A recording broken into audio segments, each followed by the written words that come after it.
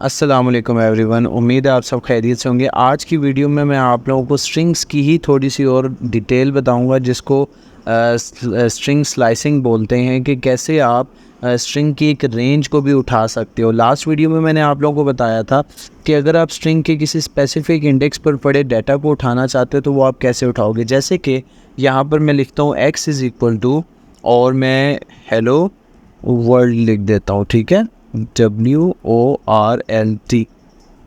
Sorry, spelling मेरे से गलत हो जाते हैं। हेलो वर्ल्ड मैंने लिखा, और मैंने आपको लास्ट वीडियो में बताया था कि अगर आप इसकी किसी स्पेसिफिक इंडेक्स से डाटा उठाना चाहते हैं तो वो आप कैसे उठाएंगे।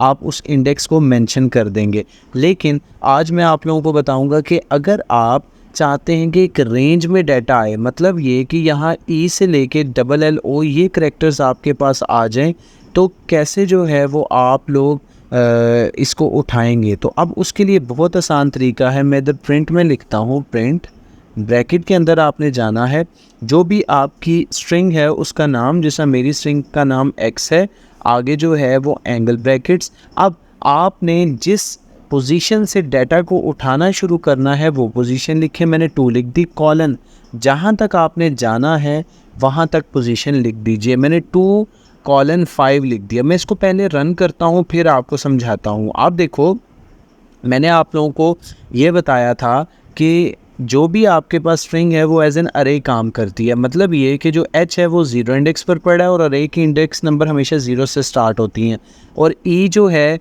वो 1 इंडेक्स पर पड़ा हुआ है और l जो है वो 2 इंडेक्स पर पड़ा हुआ है।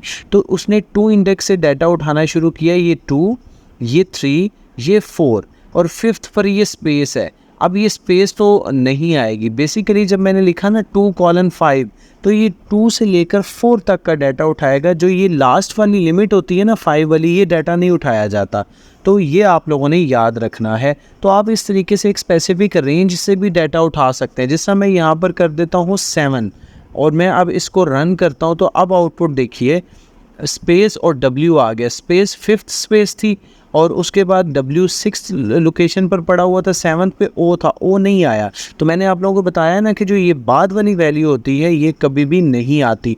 अब अगर आप ये चाहते हैं कि, जैसा मैं आपको एक और चीज़ बताता हूँ, प्रिंट, यहाँ पर मेरी स्ट्रिंग का नाम ब्रैकेट्स। अब इस स्ट्रिंग के अंदर मैं शुरू में कोई वैल्यू नहीं लिखता, बाद में 7 लिख देता हूँ, ठीक है। शुरू में देखें मैंने कुछ भी नहीं लिखा, कॉलन 7 लिखा। अब देखिए होगा क्या कि वो 0 से स्टार्ट करके सारा डाटा उठा कर ले आएगा 7th स्पेस तक।